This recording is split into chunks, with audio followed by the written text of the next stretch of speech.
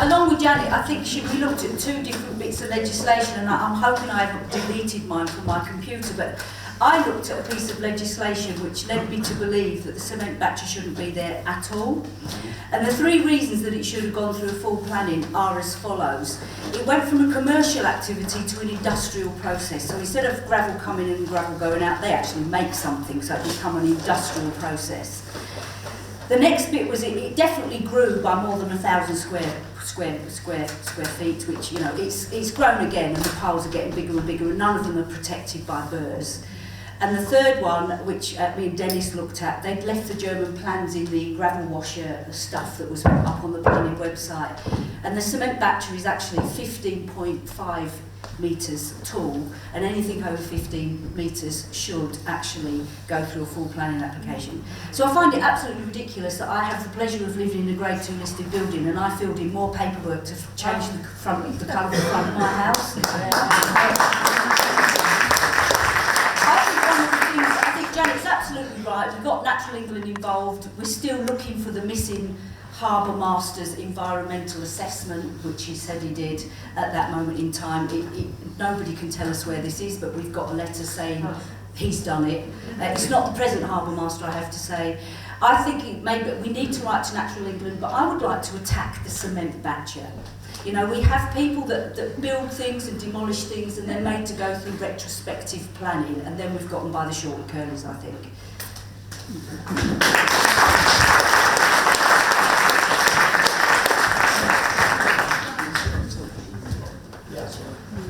Hi everyone, for those who don't know me, my name is Mario, resident of Westcliff for the past 2 years. Just a point for me really is the oversight of Gavin and Madeline's conduct, and also I think this probably needs to go all the way to the top. James Brokenshire, who I believe is Secretary for Communities and Housing, and perhaps we should write to Mr Brokenshire as well and point out what's going on here in Ramsgate. Thank you.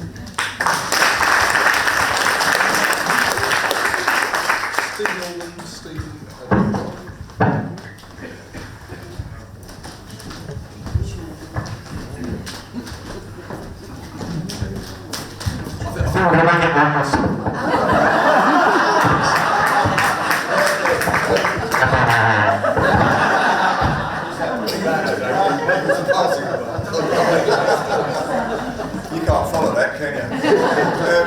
Good evening, everybody. My name's Steve Alban. For my sins, I used to work for Thanet District Council. Yeah, I worked for it for 34 years. I was a very loyal employee. I was also the principal enforcement officer of Thanet District Council that would deal with all planning matters. And I take the remark there about this listed building having that and this going on at the harbour. Might I say that I'm totally in favour of since I've got him on board on Ramsgate Action Group. Now, I think what's important as a way forward, there are a number of people here who are standing as candidates in the forthcoming election.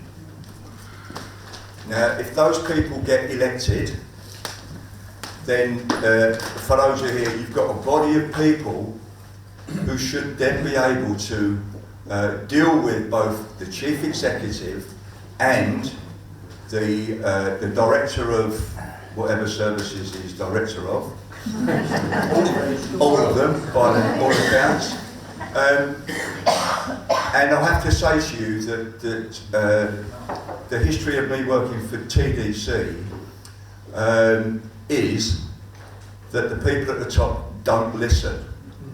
Now you're already aware of that, but I'm saying as a former officer of the council who had experience in stuff, they do not listen to what advice that you would give. They will go ahead and do it. And it seems as though on this occasion that they're going ahead with the refurbishment of berths 4 and 5 without listening to anybody and just going on their own way. Now I think that whoever gets in at the elections on the 2nd of May should be and would challenge all of this in the first week that they are there. So I'm very hopeful that will take place by the amount. I think there's at least 6 candidates who are in this room. So they're all listening to this, so I'm hoping that they will take that on board and that they will deal with that.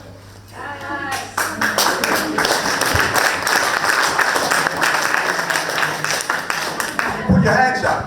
Put your hands up who's a candidate here. Right. There are enough of us in here who can cause an awful lot of problems for both the Chief Executive and for Gavin Wayne. And I think we all ought to, it doesn't matter what party you're in, we should be together on this, all of us together, and to get this thing stopped.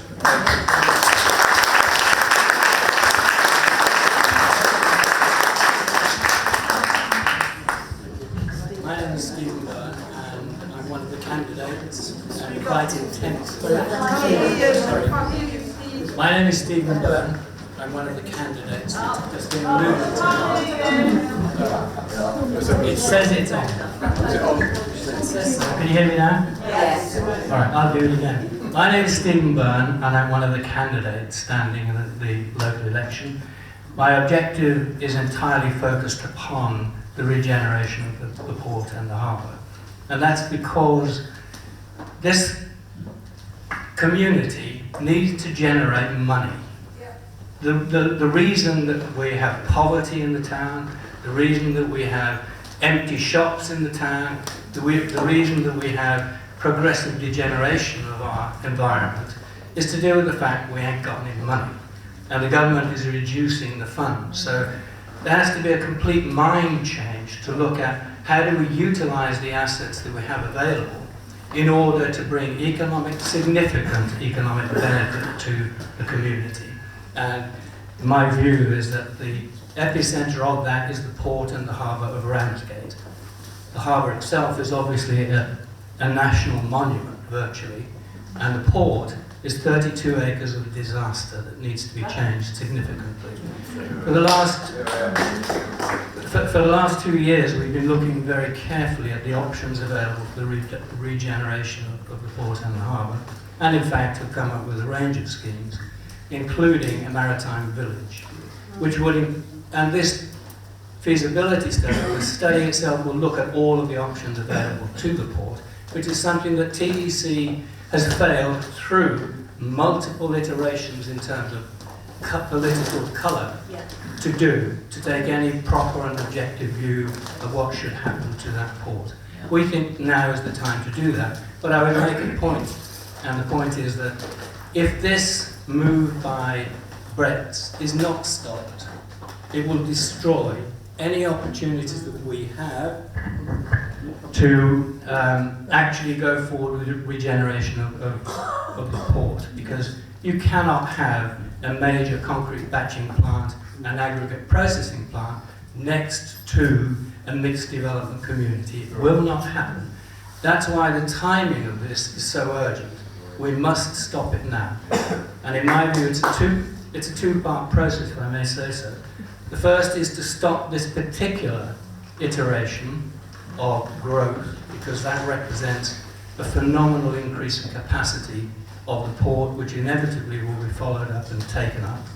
And the second phase of that is to look to Brexit itself and do a deal with them and say, please go.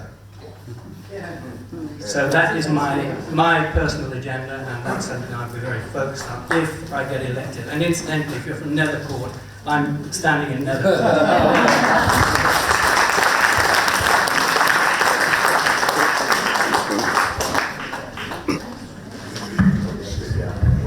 Hi folks, I'm not going to rattle for once in my life, but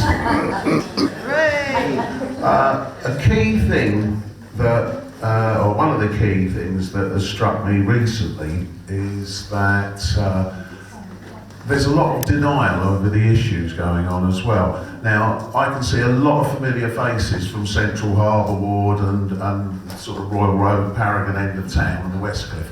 Could we just have a show of hands who lives in the manor, let's say? How many of you have picked up this grey, sticky, filthy residue that is landing on everything? Is it generally agreed that this is going on? Because we've tried to raise this a couple of times and it gets brushed aside. Janet will remember that in the early days of RAG, the enforcement officer from TDC was charged to sort this out, and Janet, I believe, and one or two others, didn't you collect some samples from along the roadway? And the response was, I don't care. Well, I think they need to be made to care. And what I'd like to request is that each one of us that are affected by this filthy residue, and it is clearly some form of cement-based product, and it is forming, it's just gluing itself to cars and everything. Michael? I could get that stuff tested for free. Thank you, that's absolutely true. Massive step forward. We've been trying to get somebody to do this for a long time that can do it, and a valid test. So we'll talk afterwards if we can, Michael. Could I ask everybody to keep a log? It's impossible to keep a sample on a daily basis, and this stuff seems to weld itself to your car and the windscreen and everything, and the only way of safely removing it seems to be to wet it down. But if each of us can keep a log of every time there's an instance, or every time we've got our running windows open, because I don't know about you, but in Royal Road, if you leave your window open for half an hour, everything's got a grey mist of filth on it, I've brought it up with various elected members who, no fault of their own, have said, well, if you can prove that, obviously we've got something to work with. We need a system, and Michael can obviously, if we can get some samples collected, that will be brilliant. But if we keep a log of every instance of this as individuals, we can then combine that log and perhaps enforce their duty of care, because that's what we have to remember. It really doesn't matter what is set down in statute and the law, there is a duty of care on the part of Thanet Council.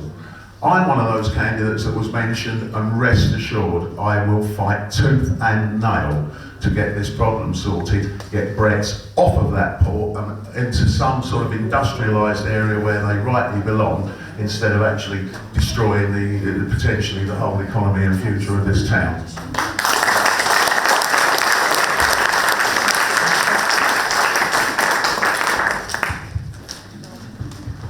Thanks very much. I just wanted to start off by saying I'll keep my comments very brief, because I'm aware a lot of people do want to make comments. I'd like to thank Steve and RAG for this opportunity tonight for people to get together on what's really a really serious issue. My comments are this really, there's quite a lot at the moment in Ramsgate and across Thanet that is going wrong. There are quite a few things. We seem to be fighting on all fronts. One of the key and common denominators with this is the lack of transparency and the secrecy that seems to shroud most of what we're dealing with. Yeah. So I'm your county councillor for Ramsgate.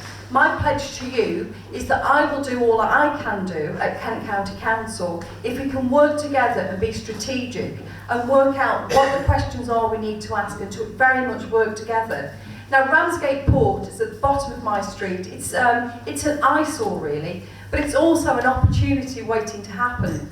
The previous speaker talked about the need for economic regeneration in Ramsgate. We need it so badly. We've seen so much money coming in, allegedly into the port and in other areas that I'm not going to mention, and you know where I'm talking about.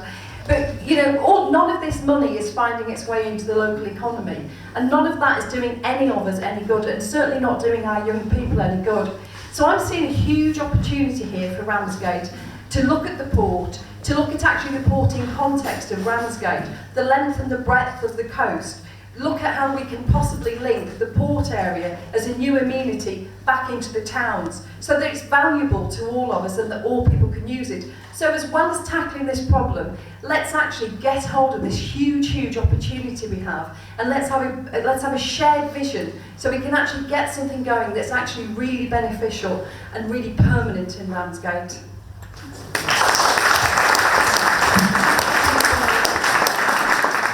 I'm going to take one more speaker, if I may, and then if it's okay with the meeting, I'd like to reset the meeting and focus it on very specific things that we can do to campaign to stop this and to change it. So I'd like to take one more general comments, if that's agreeable, and then I'd like us to focus down and dirty on what we can actually do and how we're going to do it to stop this.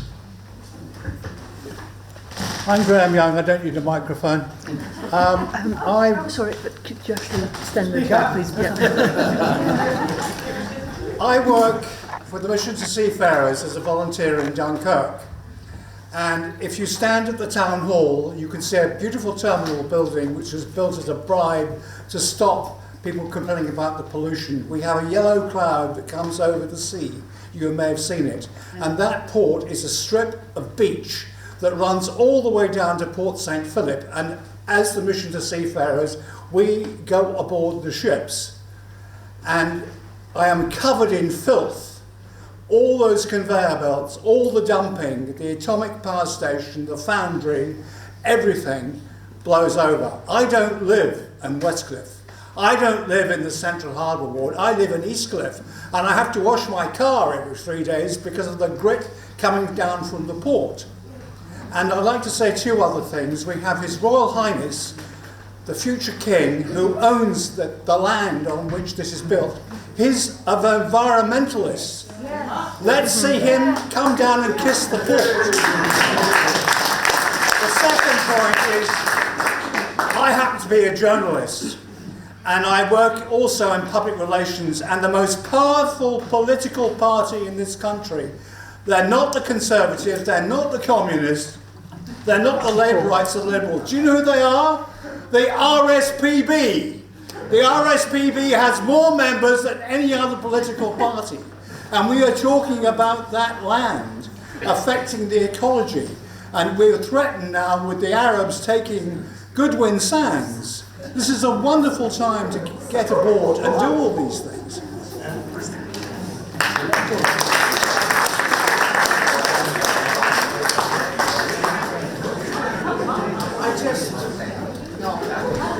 I just wanted to add one thing about what John was saying earlier. If you get grit on your car, you've got grit in your lungs. Yeah. Don't forget that. Because I lived in a town where we had a cement factory, and I can assure you that they had to close because people were complaining about having lung disease. So nowadays, we have to go for everything that we can for a TDC and get that, excuse my French, but that fucking plant out of the hot. I think French speakers are allowed French. I'm going to make this the last one before we focus down on what comes next. Thanks, Jim. Graham Birch, I'm also one of the candidates for forthcoming elections. In fact, what I'm about to say is a general comment followed by a more detailed comment anyway. So this is a little bit like deja vu for me, because when I became a councillor in Whitstable in 1999, I vowed, like a lot of the councillors, candidates here, to get rid of Bretts from the middle of Whitstable. Because I can assure you, Bretts in the middle of Whitstable cause all kinds of environmental problems. There are many days of the week where people couldn't put their washing out or even walk to the bottom of their garden because of the pollution coming from Bretts. And that doesn't include the lorries, the 40, 50-ton lorries used to rumble through the streets and the residential areas. We did everything possible to get rid of Bretts, including environmental studies and everything else. But they survived, and I'm embarrassed to say that I failed to get rid of Bretts from the centre of Whitstable, even though that particular year their lease was coming up for renewal, and they got it renewed. Now, I'm at the risk of being labelled a conspiracist here. Brits are extremely elusive. They're very clever in way they go about things. I've had personal experience. I don't pretend to know the detail on this one. I'm very willing to help out if I can. But what I can say, leading on to my second point, is that KCC were definitely involved. And the one thing we haven't mentioned here tonight is KCC. I haven't been able to speak to Paul before the meeting to investigate what might be going on here. As I said, I don't want to be considered as a conspiracist, but KCC do have their hands on that facility that Brett's have on our port. And I wouldn't be at all surprised if there is not something going between KCC and TDC in this area. Okay? So we're definitely going to need to look into that. Okay? Personal experience. And the last thing I want to say is that we keep talking about Madeleine Homer and Gavin, whoever it is. At the end of the day, they're not the boss. They are the continuity people. And businesses that come into our area, like Brett's and also other people, they see them as the continuity people because they are the ones that are always there. But the people who should be taking responsibility are the elected leader of the council.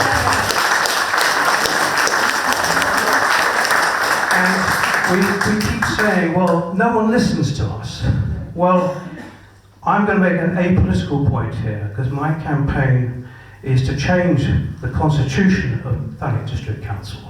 I want to see a leader of the council that we can elect, all of us.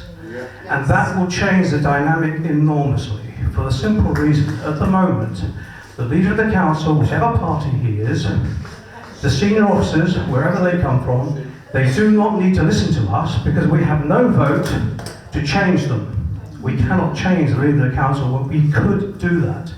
And that's what I want to see, because then the 30,000 votes in Ramsgate will be sought after by the leader of the council.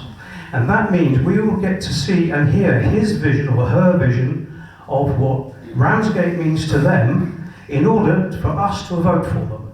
At the moment, we never get to know the leader of the council's vision for Ramsgate. He or she is the most important person. And we need to have more accountability, and that person needs more authority. Am I going too long? Right, okay. I just feel like I'll pledge my support for this in any way I possibly can. Okay, thank you.